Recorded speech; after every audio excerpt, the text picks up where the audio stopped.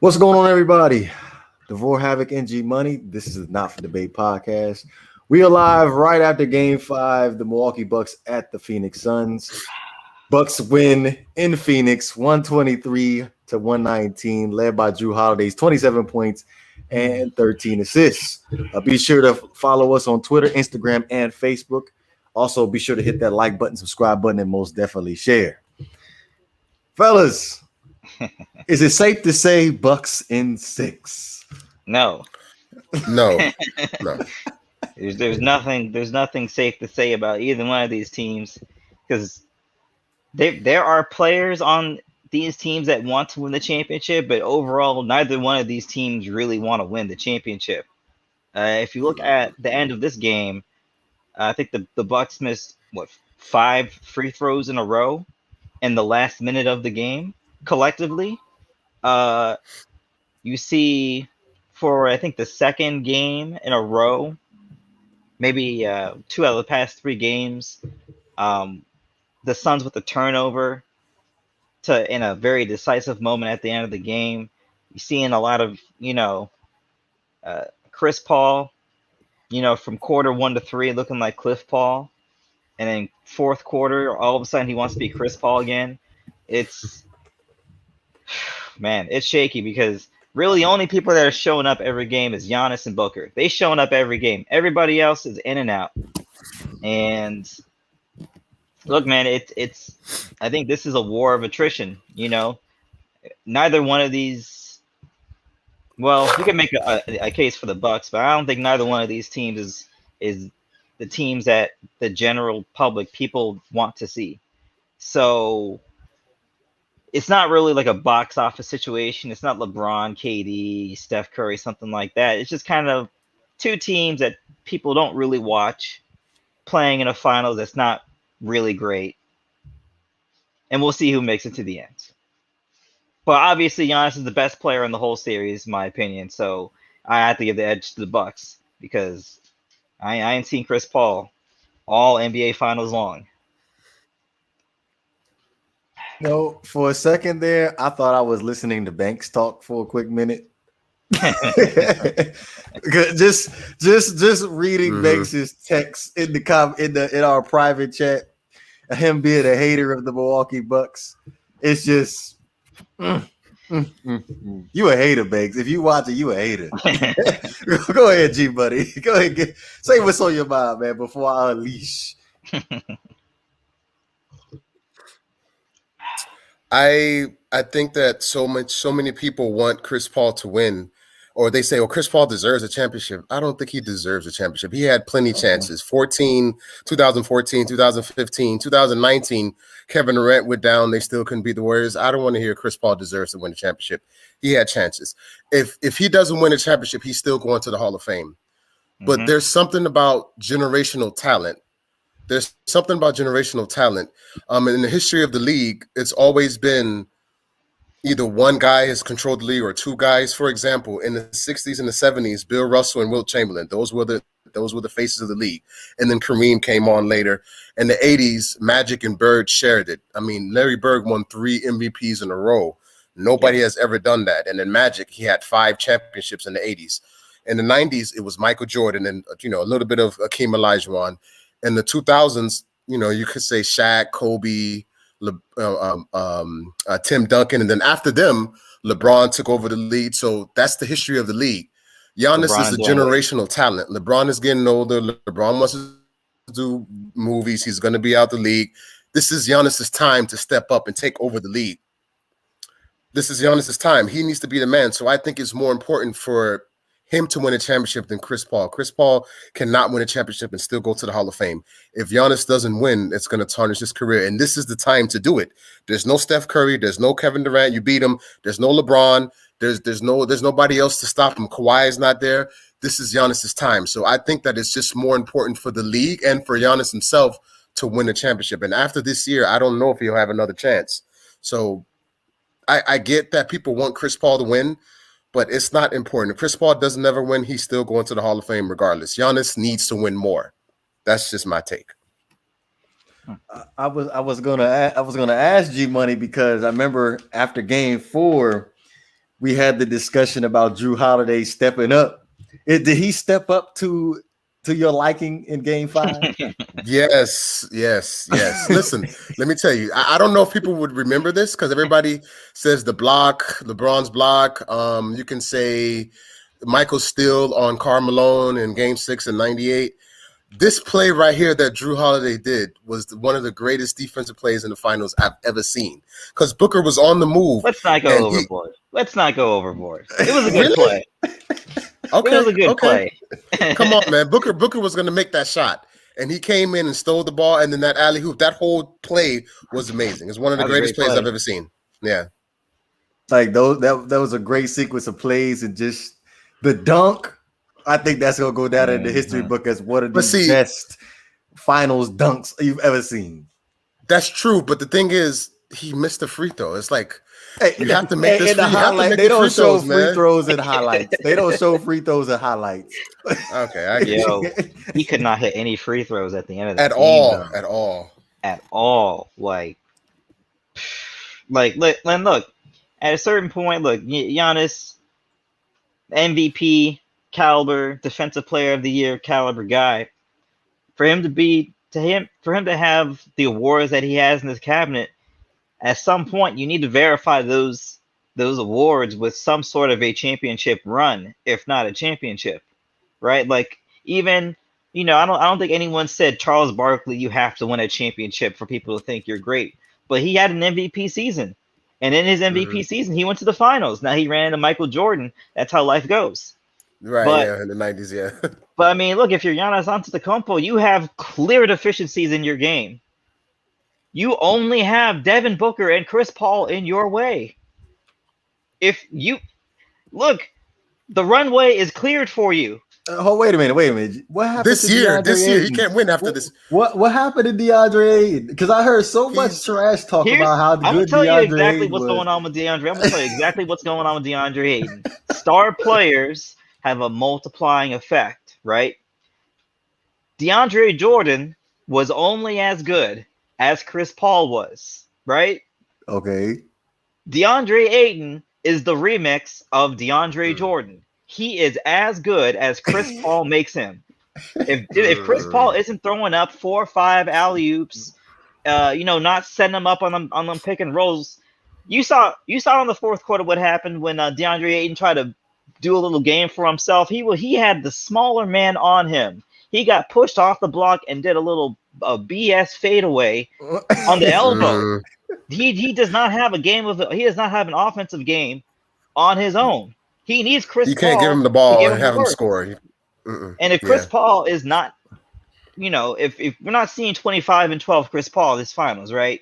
So because of that, you're not seeing an effective DeAndre Ayton. And that's what's happening. Well, he finished with 19 and 10, so that's pretty decent. But other players have to step up. I mean, Jay Crowder, Bridges, Cameron Payne. I don't know what happened to him. The thing is, the Bucks are slowing them down. Since Game 3, they're playing more physical. The Bucks are just a better team. It's just that simple. They're just better. They're playing more physical. They're hitting more shots. The only thing the Bucks are not doing is hitting free throws. But other than that, they're playing much better than the Suns. Out hustling them, being physical, making big shots, stealing the ball, playing defense, hustling. This is better.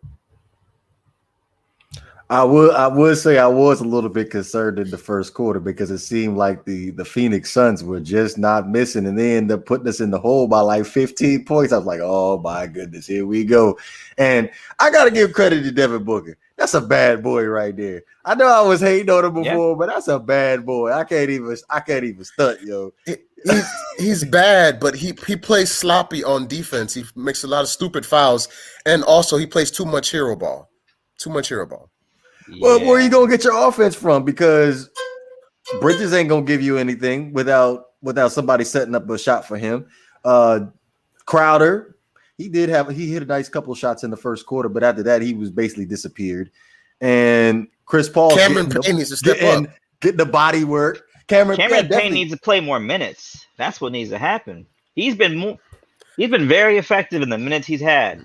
Now I understand you have Chris Paul. You can only play both of them at the same time so much, but all them guys you named, Cam Johnson, Jay Crowder, all them guys rely on Chris Paul to get themselves going.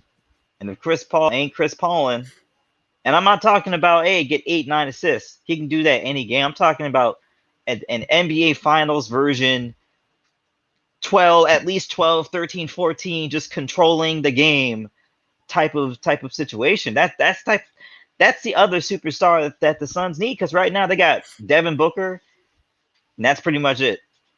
Chris Paul is playing good, but he's not exactly doing what he needs to do for them to win. I agree. I most definitely agree. I know, G Buddy. I think that. Go ahead, G. I'm sorry. I was going to say credit to Jrue Holiday since Game 4 or Game 3. Well, I would say Game 4. He's been playing more physical and making Chris Paul work a lot, and going at him offensively, making him play defense as well. Whoever Chris Paul is guarding, the Bucks are making him play making him play defense. So that's wearing down Chris Paul as well. Because you can sometimes hide Chris Paul on somebody who's not great offensively, but the Bucks are not doing that. They're going at Chris defensively and offensively. So credit to the Bucks and Jrue Holiday specifically. I will say moving forward, because you did kind of see it at the beginning of the fourth quarter when Jrue Holiday was put on Devin Booker. Devin Booker did seem to struggle just a little bit. So when we hit Game 6, I would like to see the adjustment of putting PJ Tucker and have him check Chris Paul full court, and then put Jrue Holiday on Devin Booker to cap them 40 points that he seems to be getting every single game. Mm-hmm. That's not a bad plan. I think for the Suns, here's the thing: the Suns can get stopped. The Suns can't. Like the Bucks can get stopped. The Bucks can get multiple stops, right? Because they have perimeter defenders that also have size. I mean, I like Jay Crowder, but he limited. I think he a little more. I think they got him.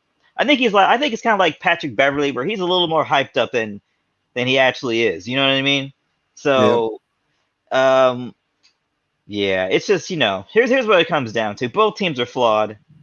The Suns at times can play absolutely no defense, and the Milwaukee Bucks at times can actually clamp down the Suns. Not particularly Devin Booker, but can clamp down the Suns pretty well. So, I mean, and plus Giannis is playing the best. Giannis has been, in my opinion, the best player. Because not just the points, but the rebounds and all that, and the blocks. I mean, Giannis has been the best player in the series. So, man, the Suns got to get it together. They got to start playing defense, because I don't remember the Bucks even missing a shot in the third quarter. They made it look real easy. Mm-hmm. Kudos to. I just want to say something. Go ahead, G. All right, go. No, I just want to say something, because we're talking about the Bucks a lot. So the adjustment for the Suns, I think that they should get back to. See, if you watch Game 1 and 2, they were just up and down the court, moving fast, back and forth, back and forth, back and forth. So I think that they should speed up their offense more and speed up the tempo, and that'll make the Bucks tired. Hopefully, we'll see. I think that's what the Suns should do to adjust. I think if they do that, they have a chance in the series. But if they continue to walk the ball up the court, play slow, the Bucks are winning. They're playing right into the Bucks' hand. But due to Chris Paul being older, do you think he could sustain that throughout the whole game?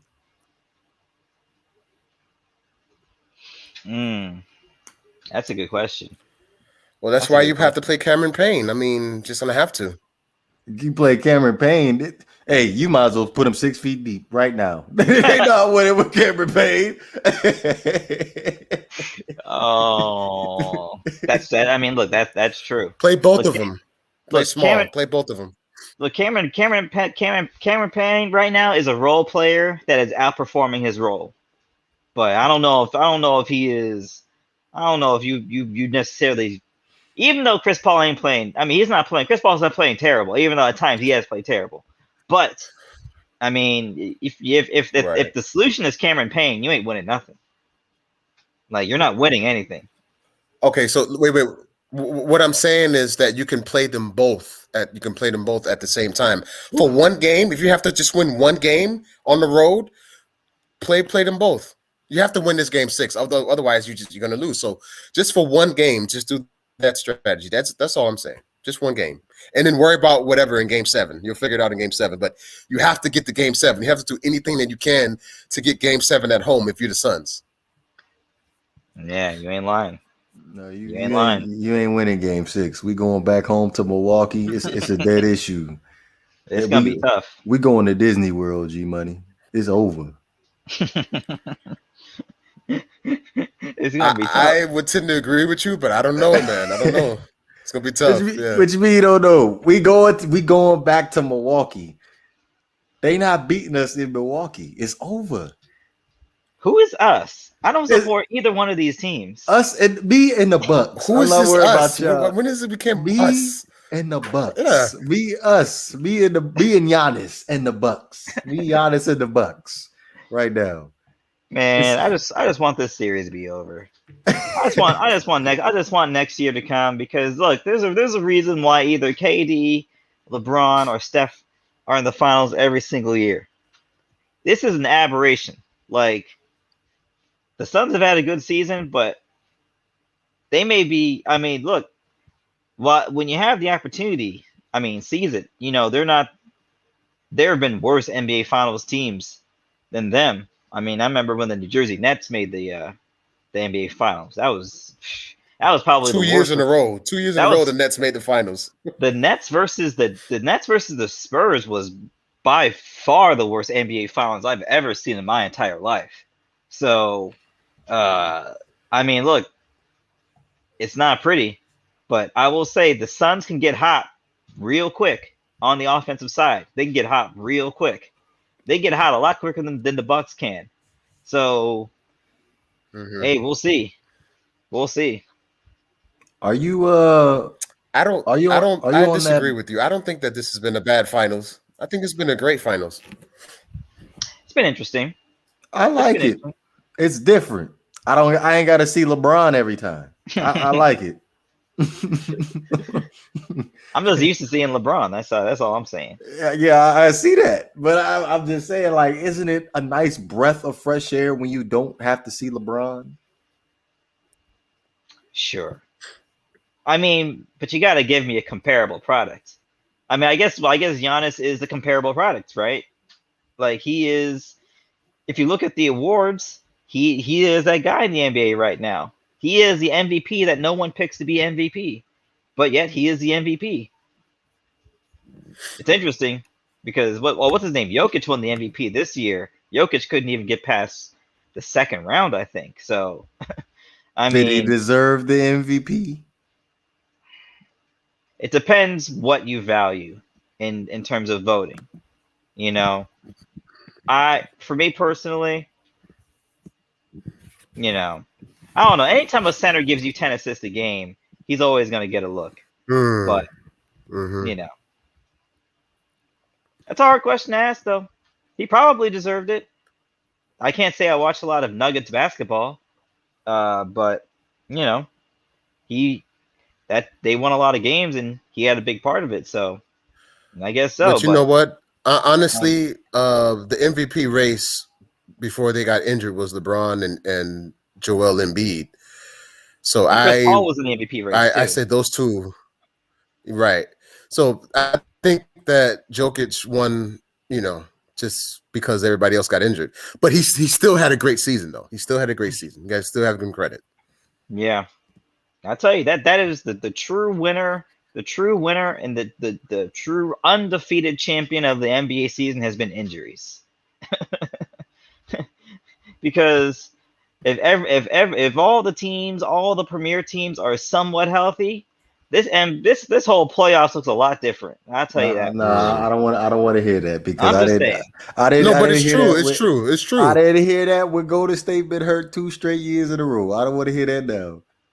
Wait, that's not the same thing that we're saying. What do you mean? Why is it the same thing? Okay. Klay Thompson has not played a game the past 2 years. That's what I'm saying. If he was healthy, then we wouldn't be talking about some of these teams making the playoffs.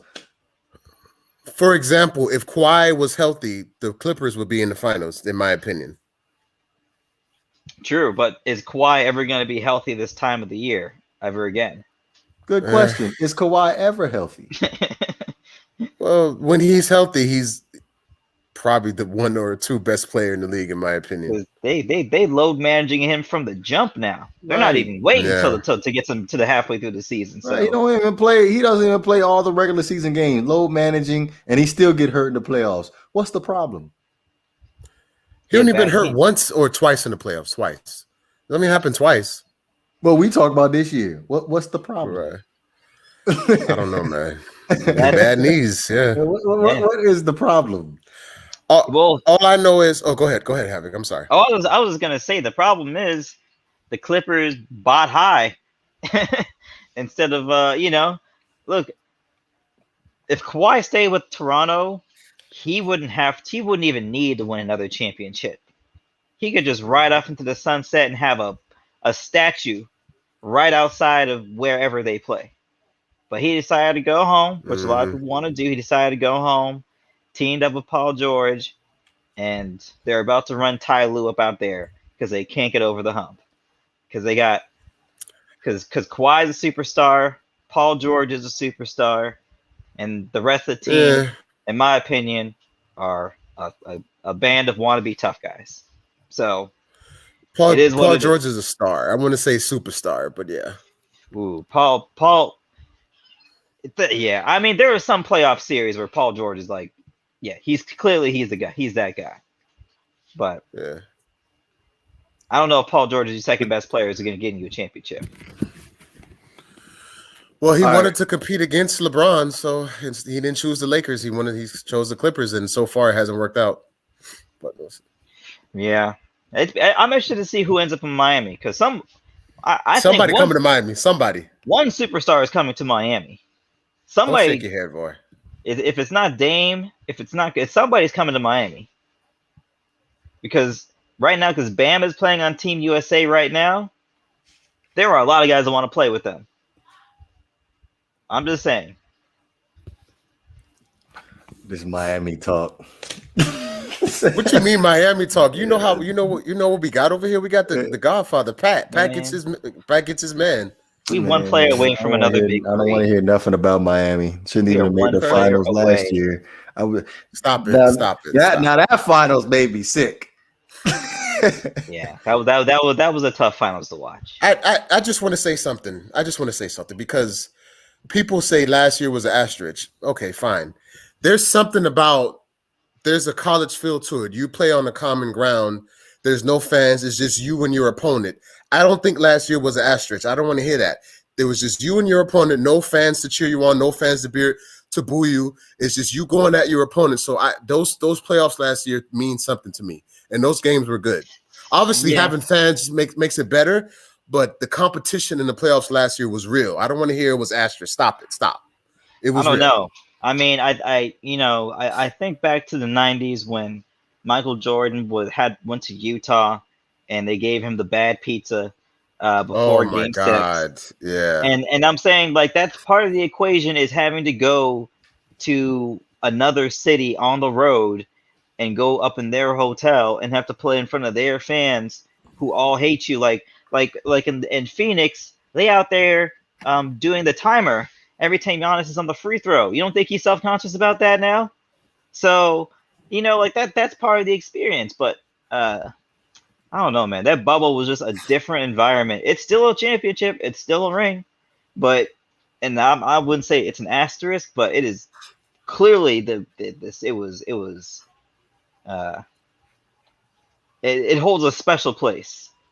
Right. It's not as good as playing on the road. I get it, but it's not an asterisk. I don't want to hear that. It's an asterisk. No. Yeah. And then talk about this season. This season's only 72 games, and they compressed the schedule, which is leading to more injuries because there's less time off in between games. So right. It's almost like the bubble hangover championship is this year. Well, everything gets back to normal next season. So yeah, fingers crossed. Yeah, fingers crossed because it's not looking too good for us right now. Man, now they're hitting you with all the variants now. Yeah, like I believe they had a referee out due to a COVID protocol. One of Giannis's brothers was out due to COVID protocol, and one of the assistant coaches for the Milwaukee Bucks Chris was Paul. out. Yeah, Chris Paul was in the last series. He was out for last series due to COVID protocol. So, they're starting the season at the same time they've already started, late October, early November. It's starting at around the same time, and there's going to be 82 games. So we'll see how that plays out. Yeah. Oh, we just speaking from of what has transpired over the past, I'll probably say the last 48 hours, as far as the new variant of COVID-19, how it will possibly impact sport, the world in general, because we at the point now where it's a possibility we might be going back to wearing the mask full time. So I guess we'll find out soon what's going on with that. But that's tough, because particularly, like, I remember the saddest sport to watch during all of last year was baseball. You're just watching millionaires play in empty stadiums. It was just the saddest thing in the world to watch. You know what I mean? And man, going back would be, you know, the thing is they're prepared to go back. Like, I think they all have a better idea of how to do it in a better way. But man, not ideal. But you know what? When the playoffs started, look at what happened at the National Stadium tonight, where there was a shooting outside the stadium. You know? Yeah, that I just saw that right before we ended up going live. I'm like, man, I hope nobody I know got shot there. I hope no one got shot there, period. But people did get shot. Yeah, they said some people did get shot. But that's pretty close to home. National Stadium is literally 30 minutes away from my house. You know what? Not just sports, but just in life in general. 2020 and 2021 has been the weirdest years of time. Like, this is so strange. This last 2 years, man, it's crazy. Yeah. It's interesting. It's scary. I think particularly everybody has had to take on a new role very quickly and unexpectedly, and also you're starting to see a lot of things that were weak got weaker, and a lot of the things that were strong also got weaker. So hopefully, you know, everybody can just do what they need to do, just so people can live. I mean, I think by this point, everybody knows somebody that has been affected by this. So we'll see. All I know is we gotta, you know, in general, we gotta move, and we gotta move way more connected than we're moving right now, because it seems like half the country wants to move one way and the other half the country wants to move the other way. It's not working, but we'll see. Real quick before we end up closing this thing out, I did want to touch on Chris Middleton, because I know we go back and forth about Chris Middleton as far as his up and down games. So how are we going to grade Chris Middleton this evening in game 5? It's not us. How are you going to grade Chris Middleton? Because it is a us thing, because we both said that he's very, very frustrating, and we don't know what we're going to get him on a night-to-night basis. So I go ahead and go first. I'm gonna go ahead and give him a B+, because I felt like he didn't force up a lot of shots tonight. So B+. He did his thing this evening. How many points did he have? 29 points. 29 points. And I just wanted to highlight that epic fourth quarter that he had. He showed up big time in the fourth quarter, mostly at the 5-minute mark. We end up draining a fadeaway midi. That was beautiful. I think the last 2 games he played well, but for the first time in a while, all 3 players, meaning Giannis, Middleton, and Jrue Holiday, played great collectively. So that was good as well. Well, you know, it's interesting. Chris Middleton, he always looks like, number one, he always looks like he's down to play a pickup game. Like, Chris Middleton looks like when he retires from the NBA, he's going to go down to the YMCA and bully accountants on the basketball court. Like, he's just like a hooper. He's just like a hooper. He's just a hooper's hooper. Nothing pretty, like, nothing pretty, nothing flashy. He just gets to his spots. He puts his shots up. He lives with the results. He's too streaky to be a number one. Like that's why they got Giannis, right? Giannis will give you what Giannis can do. What he does every night. Right. But Middleton, when he's hot, I mean, he is the perfect complement. And like in that third quarter, the whole Bucks team was hot. I don't think they missed a shot that third quarter for a very long period of time. So, hey man, you gotta give that man an A. He was the perfect sidekick.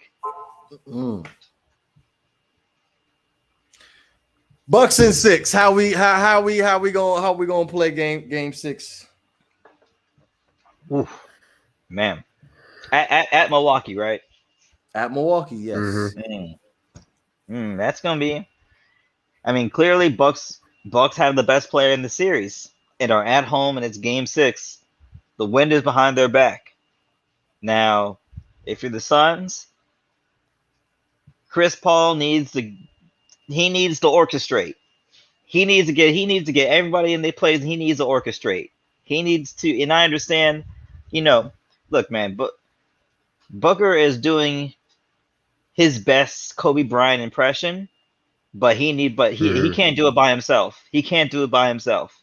He needs another star out there with him at all times, and Chris Paul needs to be out there. You know what I'm saying? Getting Cam Johnson going, getting Bridges going. Getting something out of Crowder instead of a dude just standing in the corner looking buff. You know what I'm saying? Like, yeah, getting DeAndre Ayton going. Like these guys can't get going on their own. Yo, give me an answer. Suns or Bucks in game 6? What you got? Who you got? I'm going Bucks. You going Bucks? Okay. Yeah. Bucks in 6. I'm going Bucks. Bucks in 6, baby. I just think Milwaukee can get consecutive stops, and the Suns cannot do that. So I got to go with the Bucks. Suns, reluctantly. Oh, you stuck on that game 7, huh? You stuck on that game 7. Suns reluctantly, yeah. I would not be surprised though. I'll say that much. I will not be surprised because desperation brings out the best. Look, pressure. And some people.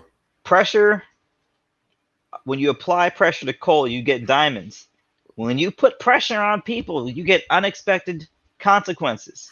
So I don't know if Chris Paul being in this position, I don't know if this is going to do something for him. You know what I'm saying? Because he's a common denominator in this whole puzzle. If he's on, the Suns can win easily. Well, maybe not easily, but the Suns can win if he's on. But if he's not on, Devin Booker has no sidekick, and it's just him and a couple dudes. Just a quick, the most pressure I've ever seen a player play through is when Paul Pierce hit that shot on LeBron in Game 5 and ran down the court and said, he can't hold me, he can't guard me. And that Game 6 was so intense. And he came out and destroyed the whole Celtics team. That is LeBron. That is when LeBron became LeBron. That's when this is the type of pressure that the Suns are facing. Somebody on the Suns has to step up. Somebody. So we'll see. He destroyed them, bro. He destroyed them. Destroyed them. Oh my God. I remember that game so vividly. Yeah. He destroyed them that game. And he wasn't, and I think the thing that made that game so interesting is he wasn't talking either. He wasn't talking trash at all. He was just scoring. Laser focused. Man, Terminator. So we got Havoc saying he's digging the Bucks in 6, and we have G Money still rolling with game set, going with the Bucks in 7. Is that correct, G Money? Bucks in 7, but I hope they can win tomorrow. I just hope, but we'll see. Playing it safe, I see, but you already know I'm going. We're going Bucks in 6, baby. Hopefully, we're gonna make this adjustment in game 6 where we end up having Drew Holiday take Devin Booker from the jump, and we're gonna have PJ Tucker take Chris Paul. Shout out to Quinte in the chat. He's taking the Bucks in game. The Suns in game 6. But hey, it is what it is. The Bucks are taking it home. It's interesting because I picked the Suns to win the series, but I also thought, look, once again, the common denominator is Chris Paul. If good Chris Paul shows up, they're not going to win. They need all NBA Chris Paul to show up for Game 6 and Game 7 to win. It's as simple as that. Because all NBA Booker has been showing up. All NBA Giannis has been showing up. Middleton has been streaky. Drew Holiday has been streaky. Chris Paul, he's had what? In terms of really good games, he's had one really good game. Right? I'll count this game as a really good game because he ended up I'll count this game as a good game for him. It's a good game for him. But I'm talking about you give me 25 and 12. You know what I mean? I'm talking about like if we in the finals. Like game 1 and game 2 when everybody was like, it's over for the Bucks. The Bucks can't win. Like, I mean, 19 and 8. It's like, bro, you're playing like 42 minutes a game. What am I gonna what am I doing? What am I gonna do with 19 and 8, bro? Like, you know what I mean? Like, it's the finals. This is when your 15-point scorers are supposed to become 20-point scorers. This is when the dude that gives you 4 rebounds gives you 7, 8. You know what I mean? Like, this is the stage to do that on. So that's what I'm looking for, man. Is the common denominator. If you get all NBA Chris Paul and he's out there orchestrating, the Bucks can't do nothing with the Suns. The Bucks can't do nothing with the Suns. Hey, Havoc, he can't handle the body, man. He cannot handle the body. Ever since he got hit with that body. But you know what, Vor? I kind of disagree with you a little bit. I think that the way they've been doing it is working. I think that I wouldn't put Drew Holiday all game on Devin Booker. Put Drew Holiday on Devin Booker in the fourth quarter when it matters, and just live with the results throughout the game. But once you get to the fourth quarter, that's when you put Drew on Devin Booker so he can slow him down. Because put him on a whole game, you're gonna drain Drew, and maybe. I don't know. I can't. I can't. Put you got to captain. If you captain 40 points, we good. And I'm trying to figure out what's PJ Tucker doing out there because he just really he's a dead body out there for real. To be honest with you, yeah, he's a dead body out there with 6 fouls. Yeah. So put him to good use. Body up Chris Paul the whole game. Maybe you'll survive without being fouled out, and then put Drew Holiday on Devin Booker. We capped him 40 points. We go home in Game 6. PJ Tucker might be the most entertaining thing of the whole series because he out there doing that high drama every time he gets called for a foul. He can't believe a single foul he's been called for, even though he fouls every single play. Every single play he fouls. He's out there doing the Shakespeare. I don't want to see Chris Paul light up PJ Tucker because that does happen. I mean, Kevin Durant lit PJ Tucker up. I'm trying to figure out what good is PJ Tucker if he can't put the straps on Chris Paul. That's true. He's 6 fouls. Yeah, you getting 6 fouls. You gave Devin Booker 40 points. Like what are you there for? I'm trying to find out what your role is. We'd be better off having Pat Connaughton out there playing. To be honest with you, at least we get the consistent 3 out there. Man, I think we're starting to see a pattern develop of role players who may not be what their reputation says they are. Yes. Pat Beverly may not be what his reputation says he is. Marcus Morris may not be what his reputation says he is. Jay Crowder may not be what his reputation says he is, right? Like they got these guys pegged as the ultimate role players, and I'm like, they playing like everybody else. You know what I mean? Like I think Marcus Smart is what Pat Beverly he is. He is. Yeah. Pat Beverly thinks he's Tony Allen. He's not. No, he's not. You're not Tony. No. You're not Bruce Bowen. You're not Marcus Smart. You're not Tony Allen. Stop it. No, you're not getting A+ perimeter defense on 2K. Knock it off. Yeah. All right, fellas. Any final thoughts before we end up closing this thing out? Ooh, man. Good series. I mean, not the most memorable of series, but a good series nonetheless. I hope they draw this out to 7 games just to build up the drama. Just to see who will show up in that Game 7. But so far, man, I mean, you know what I'm saying? If the game is to end on Game 6, man, Giannis got that Finals MVP locked up. No question about it. I don't know. I think I might have to give it to Pat Connaughton. Yeah, you would. Stop it. Stop. You would. Yeah, why don't you give an NBA? Why don't you give a ring to Adam Gase while you're at it? That being said, man, y'all have a good night. Go ahead, G. Just want to say shout out to Banks and Quinte and Shake. Love you boys. Every night I just want to say just I practice peace and tranquility. It's better to just be in peace. You don't have to fight. You don't have to argue. Think before you do anything stupid. There's too many of us going to jail. There's too many of us dying over dumb stuff that we can just talk over or just let go. People need to spread more love instead of more hate. So that's it. And peace to my brothers on the show now, Havoc and Vor. Love you guys too. Just want to spread peace and love. Yeah, that's all. Absolutely. The Milwaukee Bucks take over the Phoenix Suns in Phoenix. Final score 123-119. We go be the game 6 is going to be Tuesday evening, 9 p.m. Eastern time in Milwaukee. Hopefully, us, the Milwaukee Bucks, can take it home. I can collect my $20. I can collect my $20 Wednesday morning, and that'll be lunch. But this is the Not for the Bay podcast. We are up out of here, man. Peace. Peace.